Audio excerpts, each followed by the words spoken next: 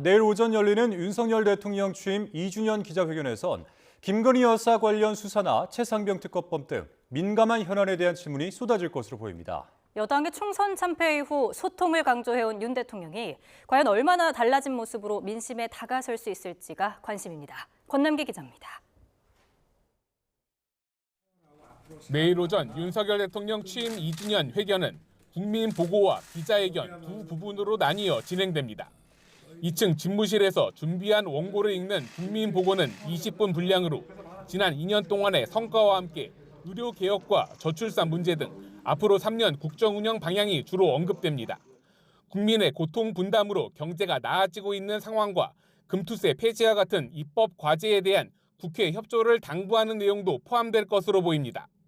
이후 윤 대통령은 1층 브리핑룸으로 이동해 기자들의 질문에 답하는 형식으로 최상병 특검법과 같은 예민한 주제에 관해 1시간여 동안 입장을 밝힐 예정입니다. 윤 대통령은 특히 최상병 관련 질문엔 우선 젊은 장병의 죽음이 가슴 아프다는 공감의 표현을 내놓을 것으로 전해졌습니다. 다만 공수처 수사 뒤 여야 합의 등을 전제로 한 특검법 조건부 수용론에 대해선 대통령실 참모들 사이에서도 부정적인 의견이 적지 않은 것으로 알려져 결국 윤 대통령의 최종 결단에 따라 답변이 결정될 것으로 보입니다.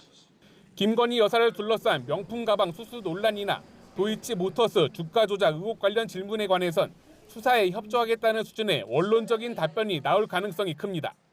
대통령실 관계자는 수사기관이 조사 중인 사안에 대해 윤 대통령이 언급하는 것 자체가 일종의 가이드라인을 준다는 오해를 살 수 있다고 설명했습니다.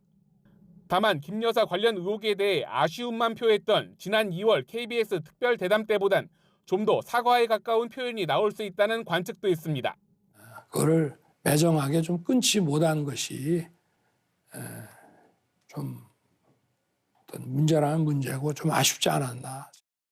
윤 대통령은 이 밖에 의료개혁 등 국정과제 관련 질문엔 추진 의지를 재차 언급하면서도 합리적 의견엔 언제나 소통하겠다는 점을 강조할 것으로 보입니다. 여당의 총선 참패 뒤 열리는 1년 9개월 만의 기자회견에서 윤 대통령이 얼마나 국민의 마음을 얻게 되는지에 따라 남은 임기 3년의 성패가 좌우될 것으로 보입니다. YTN 권남기입니다.